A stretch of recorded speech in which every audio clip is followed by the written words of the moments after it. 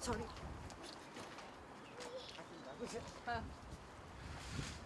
Okay, on behalf of the original Sovereign Estate agents, me being the agent, I'm very happy to pass this lease on to Izzy Brown and her family.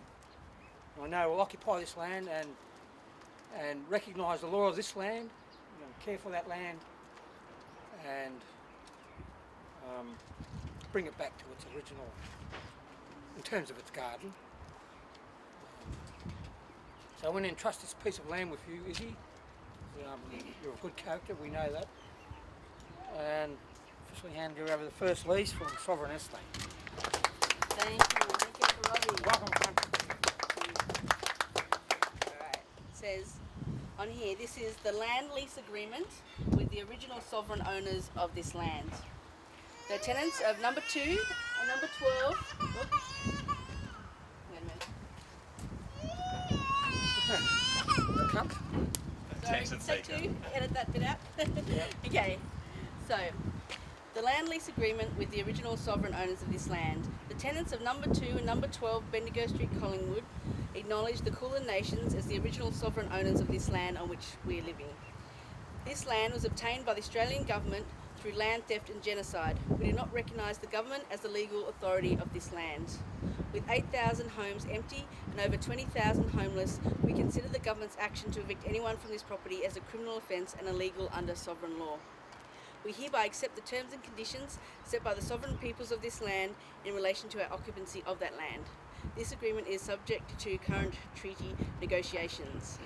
So we're very happy to be signing this. This is, I guess, an agreement that's very historical and very important when it comes to recognising Indigenous sovereignty in this country and recognising the real authority of this land.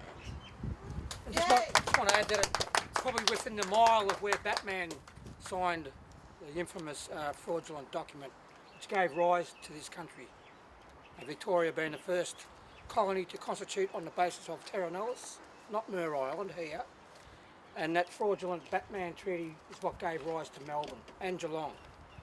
And that's a serious part of Australia's history there. So it's all premised on dodgy foundations.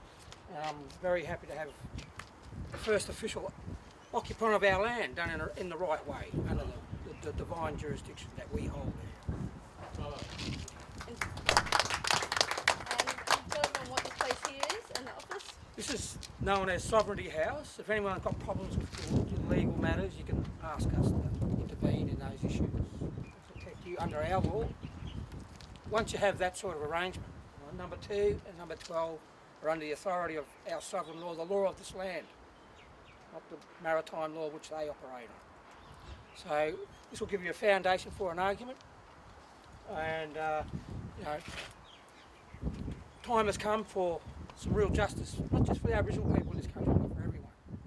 It's time for this criminal element here, this thing they call a government, to go. And I really appreciate people standing up for their human rights. And that's what we also are on about as well. We're going to deliver the human rights laws in this country, ones that we always had and respected. They've disappeared here in the last 200 years. And that's why this country has no human rights laws, folks. So stick with this, and we've got a brand new day. Yeah, Rob. Welcome, Uncle. Good on you. Should we go in and give this a sign? rubber stamp. Yep. Time for the stamp.